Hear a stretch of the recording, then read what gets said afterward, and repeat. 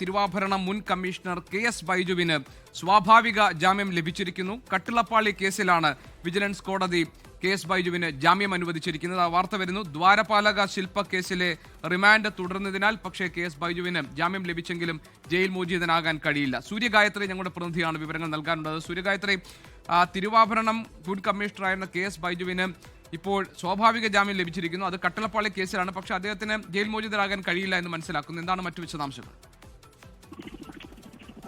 റിമാൻഡിലായി 90 ദിവസം പൂർത്തിയായ സാഹചര്യത്തിലാണ് ഇപ്പോൾ കട്ടിളപ്പാളി കേസിൽ കെ.എസ്. ബൈജുവിന് സ്വാഭാവിക ജാമ്യം അനുവദിച്ച് നൽകിയിരിക്കുന്നത്. തിരുവാഭരണം മുൻ കമ്മീഷണറായിരുന്ന കെ.എസ്. ബൈജു ആദ്യം അറസ്റ്റിലാകുന്നത് കട്ടിളപ്പാളി കേസിലാണ്. പിന്നീട് ദ്വാരപാലക കേസിലും അറസ്റ്റ് ഉണ്ടായിരുന്നു. കഴിഞ്ഞ ദിവസം ഈ ഹർജിയിൽ കട്ടിളപ്പാളി കേസിലെ സ്വാഭാവിക ജാമ്യ ഹർജിയിൽ കൊല്ലം വിജിലൻസ് കോടതിയിൽ വാദം പൂർത്തിയായിട്ടുണ്ടായിരുന്നു.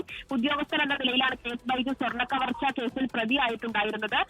അതേസമയം തന്നെ സംവിധാനത്ത് കെ.എസ്. ബൈജുവിന് സ്ഥിരമായിട്ട് ഡ്യൂട്ടി ഇല്ലായിരുന്നുവെന്നും ആറന്മുളയിലെ ഓഫീസിലായിരുന്നുവെന്നും പ്രതിഭാഗ വാദവും ഉയർന്നിട്ടുണ്ടായിരുന്നു. സ്വർണ്ണക്കവർച്ചയുമായി ബന്ധപ്പെട്ട് തനിക്ക് ഒരു ബന്ധവുമില്ല എന്നുള്ളതാണ് കെ.എസ്. ബൈജു പറഞ്ഞിട്ടുണ്ടായിരുന്നത്. പക്ഷേ കട്ടിളപ്പാളി കേസിൽ 90 ദിവസത്തെ റിമാൻഡ് കാലാവധി പൂർത്തിയായ സാഹചര്യത്തിലാണ് ഇപ്പോൾ സ്വാഭാവിക ജാമ്യം കെ.എസ്. ബൈജുവിന് നൽകിയിരിക്കുന്നത്. എന്നാൽ ദ്വാരപാലക കേസിൽ 90 ദിവസത്തെ റിമാൻഡ് കാലാവധി പൂർത്തിയായിട്ടില്ല. 25-നാണ് ദ്വാരപാലക കേസിൽ ഈ ജാമ്യ ഹർജി സമർപ്പിക്കുക. റിമാൻഡ് തുടരുന്നതിനാൽ ഉടൻ ജയിൽ മോചിതരാകാൻ കെ.എസ്. ബൈജുവിന് കഴിയില്ല എന്നുള്ളതാണ്. ഈ കേസിലെ എനിക്കൊന്ന് സൂര്യഗായത്രി 7ാം പ്രതിയാണ് കെ.എസ്. ബൈജു എന്നാണ് ഞാൻ മനസ്സിലാക്കുന്നത്. മാത്രമല്ല ഈ ശബരിമല ശ്രീകോവിലിന്റെ സ്വർണം പൊതിഞ്ഞ കട്ടിളപ്പാളികൾ അത് തിരുവാഭരണം കമ്മീഷണറുടെ സാന്നിധ്യത്തിലാണ് പോറ്റിയുടെ കയ്യിൽ കൊടുത്തുവിട്ടത് എന്നതായിരുന്നു ബൈജുവിനെതിരായിട്ടുള്ള ആരോപണം. മാത്രമല്ല മഹസറിൽ കെ.എസ്. ബൈജു ഒപ്പിട്ടിട്ടുമുണ്ട്. ഈ കേസിലാണ് ഇപ്പോൾ ഇതിലാണോ സ്വാഭാവിക ജാമ്യം ലഭിച്ചിരിക്കുന്നത്?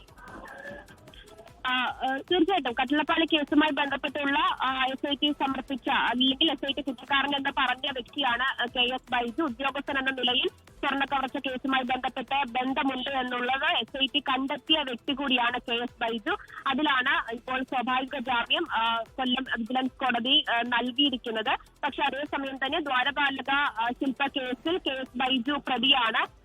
ഈ 90 ദിവസത്തെ റിമാൻഡ് കാലാവധി പൂർത്തിയായിട്ടില്ല. അതുകൊണ്ട് ദ്വാരപാലക കേസിൽ സ്വാഭാവിക ജാമ്യം ലഭിച്ചിട്ടില്ല. റിമാൻഡ് തുടരും. അതിൽ കൂടി ജാമ്യം ലഭിച്ചാൽ മാത്രമേ കെ.എസ്. ബൈജുവിന് പുറത്തേക്ക് ഇറങ്ങാൻ കഴിയുകയുള്ളൂ, ജയിൽ മോചിതനാകാൻ കഴിയുകയുള്ളൂ എന്നുള്ളതാണ്.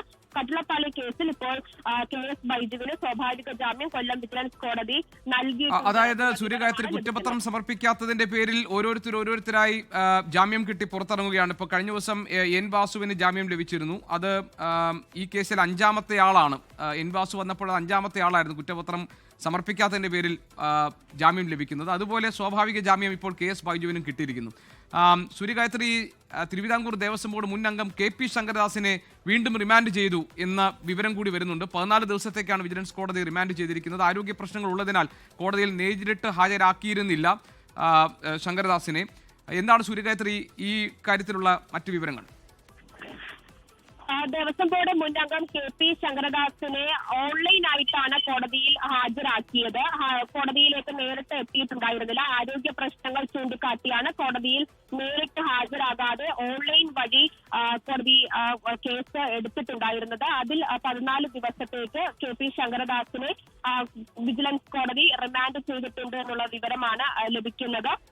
ഈ റിമാൻഡ് കാലാവധി 14 ദിവസത്തേക്ക് കൂടി കെ.പി. ശങ്കരദാസ് ജയിലിൽ കിടക്കേണ്ടി വരും. അതിനുശേഷമായിരിക്കും കെ.പി. ശങ്കരദാസിനും സ്വാഭാവിക ജാമ്യത്തിനുള്ള ഹർജി സമർപ്പിക്കുക എന്നുള്ളതാണ് വിവരമാണ് ലഭിക്കുന്നത്.